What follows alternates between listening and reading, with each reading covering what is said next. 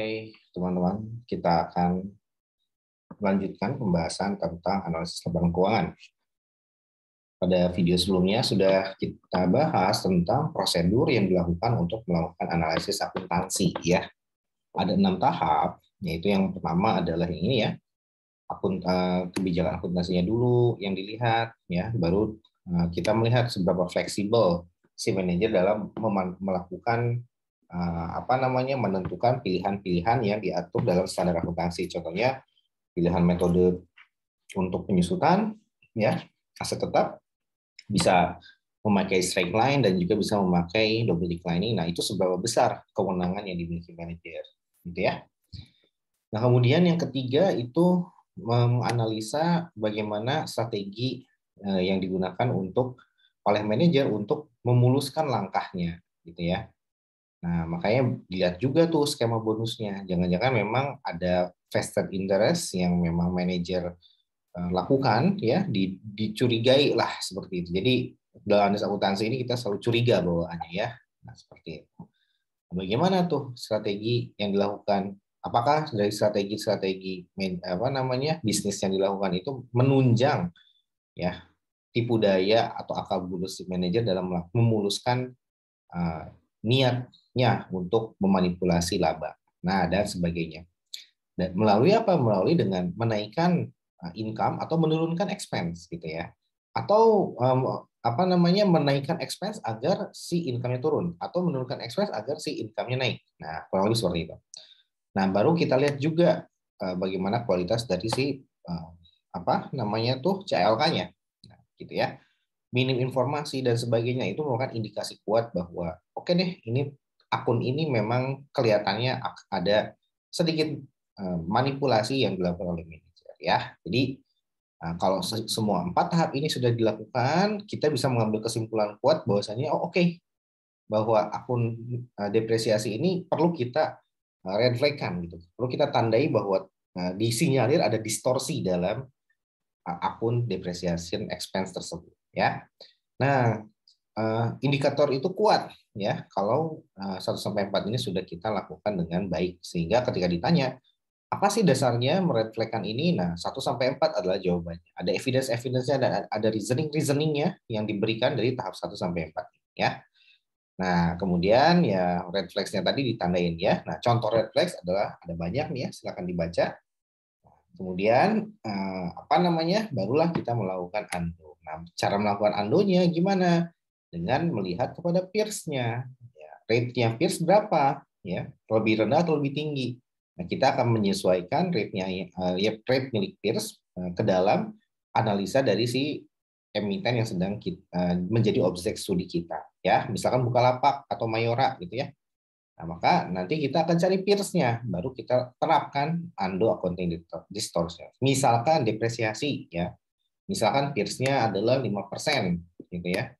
Sedangkan si Bukalapak 10%. Nah, maka kita harus turunin tuh ke peers-nya. Sekali lagi, ini dilakukan ketika memang indikator red flag itu kuat dan evidence-nya juga kuat, gitu ya. Jadi tidak ngasal, gitu. Nah, itu kenyataannya. Nanti di soal yang ini kita akan lihat gimana cara melakukan accounting distortions ini, undo accounting distortions, ya, mungkin melalui Excel yang akan ada di video selanjutnya. Nah, jadi dalam analisis laporan kalian juga harus melihat ini apakah ada red flags atau tidak. Nah, jadi dilihat, ya, depresiasinya, ternyata peers-nya 5%, ya udah langsung aja dilakukan undo. Nah, kayak gitu ya. Nah, kalau kita mau latihan, boleh-boleh saja. Ya, jadi mungkin di laporan kalian nanti, di laporan teman-teman mahasiswa nanti sebagai latihan aja, ya boleh. Ternyata refleksnya kuat, ya udah langsung diundo, gitu ya. Langsung ke 5%. Nah, kayak gitu ya. Jadi gunanya kita merefleksikan itu artinya ini udah siap-siap untuk kita undo menuju si rata-rata dari peers-nya. Nah, jadi kalau bisa kita mendapatkan nilai 5% ini bukan hanya dari satu peers, tapi mungkin dari beberapa peers. Kemudian kita rata-ratakan, ya. Sehingga reasoningnya bisa lebih kuat. Ya, seperti itu. Nah, baru kita lakukan undo, berarti nanti depresiasinya dikecilin sesuai dengan metode yang digunakan oleh peers, misalkan straight line. Ya. Kalau ternyata 10 ini straight line juga, ya aman. Berarti cuma tinggal kecilin aja rate-nya, gitu ya. Nah, kurang lebih seperti itu. Nah, sekarang bagaimana cara memahami ya apa namanya untuk apakah dia secara kebijakan akuntansi itu sudah tepat atau belum? Berarti kita harus memahami satu PSAK-nya ya, yang berkaitan. Kalau dia aset tetap maka PSAK-nya PSAK 16 ya. Karena kita akan mengidentifikasi key policy ya, kebijakan kunci, kebijakan akuntansi yang menjadi kunci ya. Berarti bagaimana menetapkan depresiasi yang menjadi kunci apa aja? Residual value, kemudian masa manfaat ya, dan seterusnya. Nah, kemudian untuk mengukur adekuasinya gitu, cukup nggak nih kebijakan tersebut? Nah, kita timbang berdasarkan konseptual framework-nya, gitu ya. Jadi setiap akun yang menjadi target operasi kita untuk dianalisis lebih dalam, gitu ya. Ingat, tidak semua akun, tapi akun-akun yang sudah menjadi perhatian awal. Ya, biasanya dalam analisis akuntansi awal kita melakukan common size, gitu ya. Nah, maka kita lihat yang paling besar porsinya apa. Nah, kemudian kita bandingkan dengan peers, yang peers gimana. Nah, jadi kita melakukan yang namanya common size ke bawah, kemudian kita melakukan komparatif analisis ya. Kita bandingkan dengan peers-nya berapa. Misalkan di PPE ini 10%, peers-nya ternyata 15%. Oh, oke, berarti nanti ini ya kan kita coba scrutinize dengan analisis akuntansi yang lebih dalam. Nah, untuk memahami kebijakan akuntansi, maka kebijakan akuntansi itu tidak hanya sekedar PSAK ya. Jadi PSAK-nya PSAK 16. Oh, oke, berarti ada banyak yang harus dilakukan requirements yang diperlukan oleh PSAK 14. Bagaimana pengakuannya, bagaimana pengukurannya gitu ya. Nah, tetapi yang lebih penting dari itu adalah memahami conceptual thinking dari si PSAK 16 gitu ya. Artinya apa? Setiap kali kita melakukan pencatatan berbasis PSAK 16 harus ya harus selaras dengan conceptual thinking atau conceptual framework. Nah, oleh karena itu untuk melihat bagaimana ya menganalisis, mengidentify accounting policies ini, maka kita harus menimbangnya berbasis apa? Berbasis conceptual framework gitu ya. Ya, jadi untuk melihat kebijakan akuntansinya sudah memadai atau belum, ya udah kita lihat, kita timbang berdasarkan conceptual framework-nya. Nah, gitu ya. Conceptual framework apa? Nah, ini ada di AKM 1 ya, setahun yang lalu nih. Pertama kita lihat tujuannya dulu apa gitu ya. Bahwa ini adalah tujuan PSAK itu adalah untuk apa? Ya, karena kan kita berbicara misalkan PPE. Maka PPE ini adalah di PSAK 16. Berarti kebijakan akuntansinya akan mengacu ke PSAK 16 gitu ya. Nah, kemudian kita kembalikan lagi ketika kita menganalisis dalam melakukan menerapkan rates untuk depresiasi, karena PPI itu erat kaitan depresiasi gitu ya. Nah, apakah dia sudah selaras dengan conceptual framework-nya gitu ya. Nah, makanya kita selalu timbang tuh. Karena tujuan utamanya adalah apa? Equity investor. Tuh, lihat tuh ya. To present apa namanya? Provide information about reporting entity that is useful. Jadi memberikan ya informasi terkait ke transaksi keuangan entitas ya yang agar itu bisa bermanfaat bagi equity investor. Jadi tujuannya memang untuk investor gitu ya.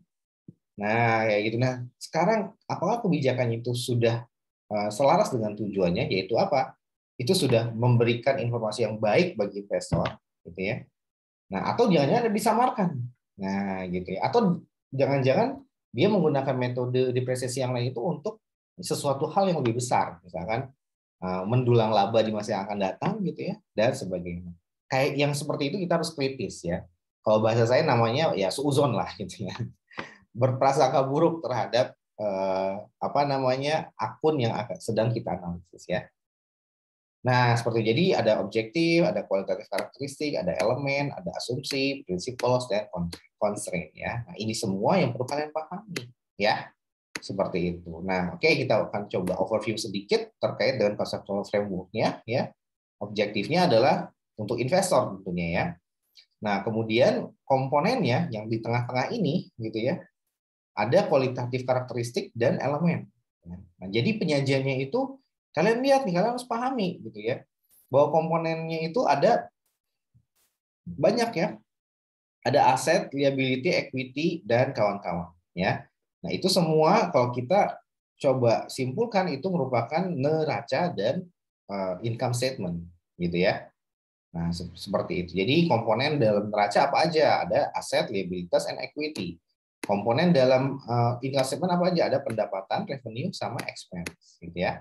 Nah, ini ada aset, liability, plus equity. Nah, 5 komponennya. Nah, oke. Dari situ baru kita pahami juga, oh ternyata karakteristik kualitatif untuk masing-masing komponen itu seperti apa, gitu ya. Nah, setiap komponen dalam neraca harus memenuhi karakteristik kualitatif ini. Ya, artinya kita sedang menganalisis akun PPE karena ini yang merupakan terbesar di neracanya Bukalapak, misalkan di bagian aset. Ya, nah, maka kita akan melihat, gitu ya, apakah CLK-nya, kebijakan akuntansinya sudah mendorong agar penyajian akun PPE ini, gitu ya, bisa memprovide informasi yang wajar bagi si investor, gitu ya. Sudah mencerminkan informasi yang wajar. Artinya apa? Nilainya udah bagus gitu. Walaupun dia WTP, gitu ya. Nah, kalau untuk analisis akuntansi yang untuk sekarang ini, gitu ya. Kalau untuk kenyataan sih kalau udah WTP saya biarin gitu ya. Tapi kalau untuk namanya latihan ya, meskipun WTP ya udah, yang penting coba kita lakukan lagi ya, membandingkannya dengan karakteristik kualitatif. Nah, kita lihat lagi gitu ya. Jadi apakah syaratnya untuk memenuhi syarat karakteristik kualitatif ini? Syaratnya yang pertama adalah relevan, gitu ya. Bahwa setiap akunnya itu harus relevan. Artinya relevan itu apa? Memiliki predictive value, gitu ya. Bisa memprediksi masa depan, gitu ya. Nah, seperti itu. Nah, kemudian contohnya ya accrual basis ya, bahwa accrual basis itu digunakan untuk menghitung ya tadi ya berapa valuations dari si perusahaan ini dipercayakan ya. Nah, seperti itu. Nah, kalau laporan keuangan bisa dimanfaatkan dan bisa untuk memprediksi kemungkinan di masa depan, maka dia memiliki predictive value. Nah, seperti itu. Kemudian confirmatory value ya, bahwa dia memang memiliki data historis gitu. Nah, ini berarti berkaitan dengan PPE gitu ya. Nah, PPE ini dicatat berdasarkan historical cost ya. Nah, kemudian kamu lihat apakah dia wajar atau tidak. Nah, kita lihat confirmatory value-nya, kecukupannya. Nah, bahwa di tahun-tahun sebelumnya itu metodenya dengan apa? Apakah SL atau double declining balance gitu ya. Dan rate-nya dilihat ya. Nah, seperti itu. Nah, kalau ternyata tiba-tiba berubah gitu dan berkali-kali melakukan perubahan, maka ini kita harus hati-hati dalam hal ini gitu ya. Nah, jadi nilai historisnya nanti di CLK-nya kelihatan tuh informasi tentang PPE-nya gitu ya. Diperoleh kapan, dari siapa, harganya berapa gitu ya.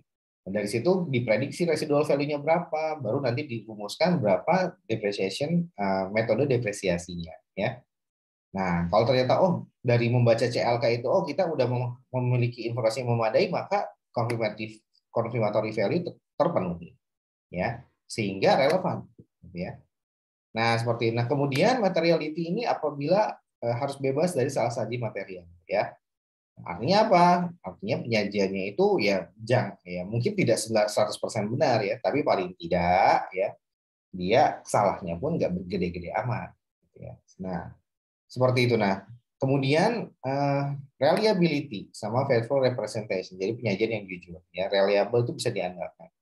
Nah, berarti kamu lihat juga di CLK-nya tadi, apakah dia lengkap atau enggak, gitu ya. Nah, seperti itu. Nah, kemudian neutrality itu maksudnya penyajiannya itu didesain untuk memenuhi kepentingan si manajer agar bisa memanipulasi laba dengan nyaman, gitu ya. Nah, itu tidak netral berarti. Nah, terus gimana kita tahunya, Pak? Ya susah, gitu ya. Kecuali kita memiliki track record dari si perusahaan tersebut ya, dan kita selalu memantau ya perusahaan tersebut ya. Nah, barulah mungkin kita bisa mendapatkan indikasi awal, itu pun baru indikasi awal. Untuk membuktikan apakah ada manipulasi laba atau tidak ya susah evidence-nya. Paling tidak kita bisa melakukan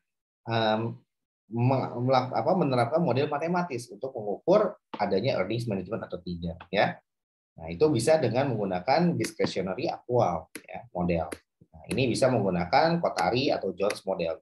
Tapi nanti itu ini mantaran. Nah, kemudian free from error gitu ya, bebas dari salah saja. Oke, nah itu yang syarat karakteristik yang kira-kira wajib dipenuhi oleh setiap akun dalam laporan keuangan, ya. Nah, jadi kalian kita lihat dulu PPE-nya gimana tuh, ya. Maksudnya, oh kebijakan akuntansinya udah mencerminkan seperti apa kebijakan akuntansinya. Nah, nanti kalian dianalisis gitu ya, apakah sudah cukup informasi yang ada di situ atau gimana, ya. Nah, seperti itu ya. Jadi menerapkan metode depresiasi seperti apa caranya, apa reasoningnya. Nah, kalian ukur ya, sudah relevan atau sudah menyajikan secara jujur atau tidak, ya. Nah, memang ini semua subjectivity ya. Jadi kalian harus memahami konsep ini bahwa ketika menganalisis kebijakan akuntansi dan juga kita melihat juga ke CLK. Jadi kebijakan akuntansi di sini bukan hanya yang ada di CLK. Di CLK itu kan ada kebijakan akuntansi masing-masing akun. Nah, itu baru normatif gitu ya. Tapi yang dimaksud untuk mengukur kebijakan akuntansi yang di sini adalah secara utuh, tidak hanya yang depannya doang, tapi juga dilihat ke dalam-dalamnya. Ya. Misalkan PPE, kalian bisa lihat ke CLK-nya. CLK-nya itu ada dua, ya. Yang pertama kebijakan akuntansi, accounting policy terkait PPE ada di awal, baru kita lihat penerapannya untuk di masing-masing akun di neraca. Ya. Nah ini harus komplit. Nah barulah kita lihat, kita ukur gitu ya, udah relevan belum, sama reliable belum nih si akun PPE ini. Ya kita lihat CLK-nya gitu. Nah, lengkap atau enggak disclosure-nya dan sebagainya. Nah, nanti dari sini kita bisa menyimpulkan, oh, oke, berarti kebijakannya udah bagus atau buruk gitu ya, atau cukup atau belum, memadai atau belum memadai, ya. Nah barulah itu nanti akan kita gunakan untuk apa? Untuk ya tahap yang kedua, yaitu melihat accounting flexibility yang diberikan oleh standar, ya. Nah, seperti itu. Jadi, kebijakan akuntansi itu tadi ya, kita ukur berdasarkan conceptual framework-nya ya. Nah, kira-kira bagaimana penyajian critical issue apa yang berkaitan dengan PPE gitu ya. Residual value, mengestimasi residual value itu kan harus keahlian tersendiri. Mengestimasi masa manfaat itu juga subjektivitas dari si manajer gitu ya. Nah, dari situ kita harus kritis gitu ya. Kritisnya kita bandingkan apakah itu relevan atau reliable gitu ya. Nah, seperti itu. Dan di sini juga harus dibandingkan juga dengan ini kan yang pertama relevan, kedua reliable, yang ketiga adalah bisa dibandingkan. Nah, ya. Jadi kalian bisa dibandingkan itu melihat ke peers-nya, ke sampingnya. Ya, ternyata dia SL gitu yang satu DDB ya. Nah, ini kalian perlu perhatikan apa alasannya. Yang satu estimasi misalkan estimasi akun mobil gitu ya. Yang satu 10 tahun, yang satu lagi 5 tahun. Nah, mungkin bisa berbeda ya, tapi dilihat karakteristiknya. Ya, kenapa 5 tahun menetapkan? Nah, siapa tahu ada info itu di CLK. Siapa tahu ada ya. Seperti itu. Biasanya sih nggak ada sih. Yang ada diketahui itu alasannya kenapa milih 5 itu biasanya tidak diungkapkan, tapi yang diungkapkan itu SL sama DDB-nya ya. Nah, meskipun reasoning detailnya ini tidak juga diungkapkan secara gamblang lah biasa ya. Tapi paling tidak kita udah tahu gambaran awal. Oh ternyata bisa dibandingkan nih.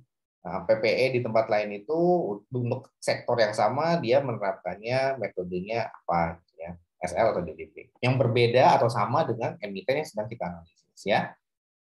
Nah, itu yang ketiga. Yang keempat adalah verifiability ya, bisa diverifikasi gitu ya. Bisa di-trace gitu bahwa nilainya itu benar. Ada evidence-nya kuat. Nah, memang ini kemudian ini semua ya relevan, reliability, comparability ini bisa kita simpulkan apabila kita melakukan audit. Gitu ya. Karena audit itu kan kita men-trace bukti-buktinya gitu ya. Nah, sedangkan kita bukan audit gitu ya. Nah, artinya kesimpulan kita pun ya terbatas gitu ya. Terbatas untuk konsumsi kita sendiri sebagai analis gitu. Ya. Jadi berpendapat sebagai analis itu berbeda dengan beropini selaku auditor. Kalau auditor itu lebih rigid lagi bukti-buktinya, banyak dan sebagainya. Kalau kita bukan audit, kita hanya sebatas apa ya, maksudnya tuh analisa awal lah gitu ya, analisa akuntansi yang awal, yang tidak sedalam audit ya. Oleh karena itu ketika kita menyimpulkan bahwa suatu akun itu sudah memenuhi karakteristik kualitatif ini, ya evidence kita pun seadanya gitu ya, hanya dari CLK, hanya dari info-info tentang manajerial apa report manajerial gitu ya, dan sebagainya ya. Dan itu memang dimaklumi dalam dunia analis laporan keuangan ya. Kalau timeliness itu tepat atau tidak dan understandability ini ya apakah bisa mudah dipahami atau tidak. CLK-nya itu misalkan singkat-singkat, nah itu kan berarti bisa jadi apa namanya kurang informatif gitu. Jadi singkat-singkat ini maksudnya apa? Nah, beda kalau CLK-nya itu dijabarkan dengan detail gitu ya. Berarti kita bisa tahu semua tuh informasi apa yang berkaitan dengan akun PPE tadi. Nah, kayak gitu. Jadi dan dilihat juga antar perusahaan. Ya, penyajian disclosure atau CLK PPE-nya itu untuk misalkan Bukalapak, Shopee dan Lazada gimana gitu ya. Oh, ternyata lebih detail Lazada gitu. Nah, lebih informatif Lazada. Nah, bisa seperti itu ya. Nah, jadi cuman memang harus diperkuat. Loh, alasannya kenapa? Nah, dilihat. Nah, ini Lazada bandingkan sendiri. Dia mengungkapkan semuanya. Reasoningnya kenapa memilih depresiasinya DDB ada. Kalau Bukalapak tidak dijelaskan reasoning. Nah, jadi berbasis evidence kayak gitu. Ya, ketika kita menyimpulkan bahwa ini lebih baik dari yang lain, harus ada evidence. Ya, seperti itu. Nah, itulah yang dimaksud dengan karakteristik kualitatif. Ya. Nah, jadi memang tidak akan sedalam audit, tapi paling tidak kita inilah analisis tipis-tipis lah. Paling tidak kita dari data yang ada kita bisa mengambil kesimpulan ya meskipun sedikit, ya meskipun tidak sedalam audit. Nah, kemudian ya karakteristik conceptual framework yang selanjutnya adalah basic assumptions. Nah, ketika kita merancang laporan keuangan, maka kita harus memahami ya bahwa misalkan PPE tadi gitu ya. Nah, bahwa asumsi yang digunakan dalam menyusun laporan keuangan pertama adalah economic entity, bahwa ini adalah entitas yang terpisah. Artinya pemilik PPI ini PT emiten yang sedang kita analisis misalkan buka gitu ya, bahwa ini merupakan entitas yang berdiri sendiri. Ya. Nah, kayak gitu, dan dia diasumsikan lama nggak bangkrut gitu. Dan dia memiliki monetary unit ya. Artinya adalah laporan keuangannya dalam bentuk ya rupiah, duit. Dan periodicity itu dilaporkan tiap tahun ya. Ada periode fractions ya. Tidak 2 tahun langsung gelondongan enggak, tapi tiap tahun ada. Itulah periodicity ya. Dan ini accrual basis, konsep yang mendasari laporan keuangan ya. Measurement-nya revenue recognition ini ada di AKM ya, ada 5 tahap revenue recognition ya. Nah, kalian juga ketika menganalisis PPE gitu ya. Nah, ini nyambungnya kemana nih PPE? Ya, nyambungnya, nah ujung-ujungnya memang nanti ke net income. Tetapi PP ini kan expense, berarti dia berkaitan dengan expense recognition. Ya. Nah, kayak gitu ya. Nah, kalau revenue recognition apa Pak? Ya, contohnya akun-akun yang ada di income statement, khusus yang sales atau revenue. Ya, seperti itu. Ada 5 tahap. Satu, mengakui kontrak. Kedua, mengidentifikasi performance obligations, PO. Ya. Ada 1 atau 2 PO gitu ya. Nah, kalau lebih dari 1 maka kita tetapkan berapa yang menjadi transaction price-nya ya atau contract price. Baru kalau lebih dari 1 PO maka contract price tersebut dialokasikan ke masing-masing performance obligations ya atau kewajiban. Barulah yang kelima kita melakukan tahapan pengakuan revenue recognition ya. Nah, itu yang diperlukan ya. Nah, kemudian di sini expense recognition itu ada kaitannya dengan periodicity ya. Jadi expense recognition itu ada yang dilakukan immediate expensing pada saat itu, contohnya ya wages payable atau wages expense gitu ya. Kemudian ada yang kedua, dia dilakukan sebagai bagian dari cost allocation. Nah, cost allocation itulah ya ada kaitannya dengan periodicity. Dan jadi misalkan 5 tahun, berarti tiap setahun kita akan mengakui depreciation expense ya. Contohnya seperti itu untuk cost allocation. Dan selebihnya ya. Nah, full disclosure itu penyajian secara lengkap untuk CLK ya. Nah, constraint-nya adalah ya kita menggunakan historical cost ya, tidak menggunakan fair value accounting. Artinya apa? Setiap akun PPE itu adalah historical cost. Artinya apa? PP ini dibeli kapan? Misalkan dibeli 10 tahun yang lalu, 1 Januari 2010 misalkan. Nah, berarti nilai yang ada di sini itu adalah nilai di tahun 2010. Sedangkan sekarang udah 2021. Nah, inilah lagi-nya. Nah, bagaimana posisinya sekarang? Makanya ada depresiasi. Ada expense recognition berupa cost allocation. Berarti logikanya nilainya karena udah 10 tahun pasti berkurang. PPE-nya yang tadinya 1 miliar mungkin sekarang menjadi cuman 20 juta ya. Nah, ini hanya merupakan cost allocation ya. Belum mencerminkan harga yang sebenarnya. Nah, itu kelemahannya cost method atau historical cost ya. Kalau fair value accounting kan kita bisa lihat nih, oh ternyata di tahun 2021 nilai cuma 10 juta gitu ya harga pasarnya. Ya udah berarti ya disajikan ya 10 juta. Nah, ini sudah mencerminkan harga pasar yang sesungguhnya. Nah, itulah apa namanya keunggulan dari fair value. Kalau dia cost ya nilainya adalah nilai yang lama ya. Oke, nah itu aja yang perlu dipahami dari conceptual framework. Sekali lagi ini diperlukan untuk melakukan analisis akuntansi. Artinya apa? Kalian ketika melakukan analisis akuntansi itu ada 6 tahap gitu ya. Nah, ketika tahap accounting policy kalian harus lihat juga conceptual framework-nya, dipikirin ini udah relevan atau belum gitu ya penyajiannya gitu. Dan kemudian kelengkapannya udah lengkap atau belum gitu ya. Nah, seperti itu. Nah, baru kita lihat ke step 2, step 3 dan seterusnya ya. Jadi itu yang perlu dipahami dari si conceptual framework. Oke, itu aja yang bisa saya sampaikan. Semoga bisa bermanfaat. Terima kasih.